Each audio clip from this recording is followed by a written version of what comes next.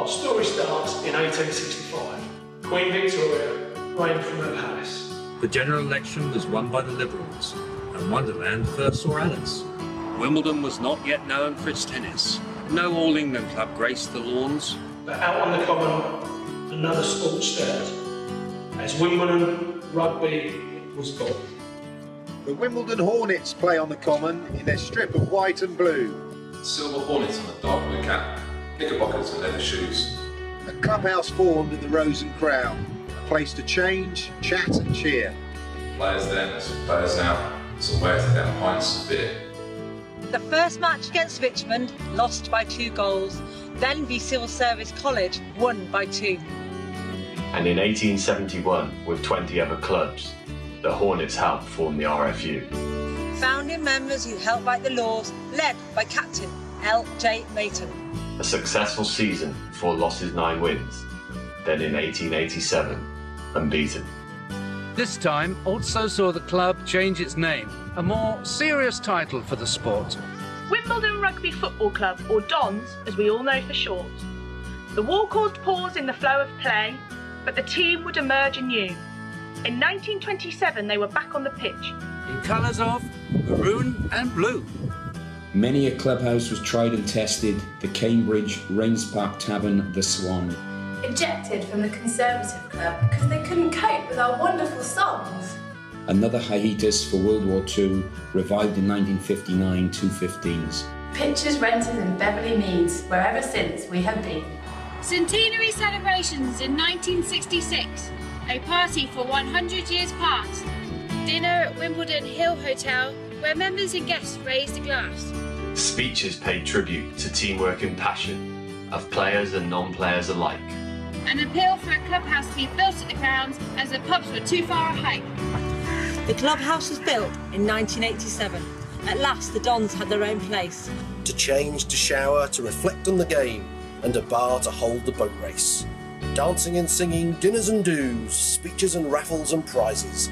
Parties at every time of the year, with fancy dress disguises. The ladies' team formed in 1990 by Ambler's siblings Tina and John. About time for girls to join in the fun. And 25 years later, going strong. In 1997, for the younger players, the mini set up by Jim Green, and then expanded to wider youth from under 6s to under 18. The clubhouse extension in 2010, more room for parties and food. And best of all, for female members, the additional ladies' loos. The grounds also expanded outwards, more pitches, which means more games. Floodlights for evening training sessions and matches both weekend days. Wimbledon is now home for teams of all ages, seasoned players and beginners. The joy of playing and the taste of success, the first of the season's league winners. And host of festivals and tournaments.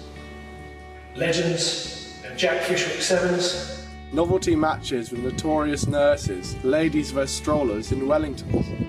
Out on the pitches, in the glorious mud, this game of rugby is our life. The mental battle, the physical fight, cheers and roars and sighs. Passes and runs, and tries and kicks, rucks and tackles and scrums. Nosebleeds and bruises, scratches and sprains, tape round ankles and thumbs.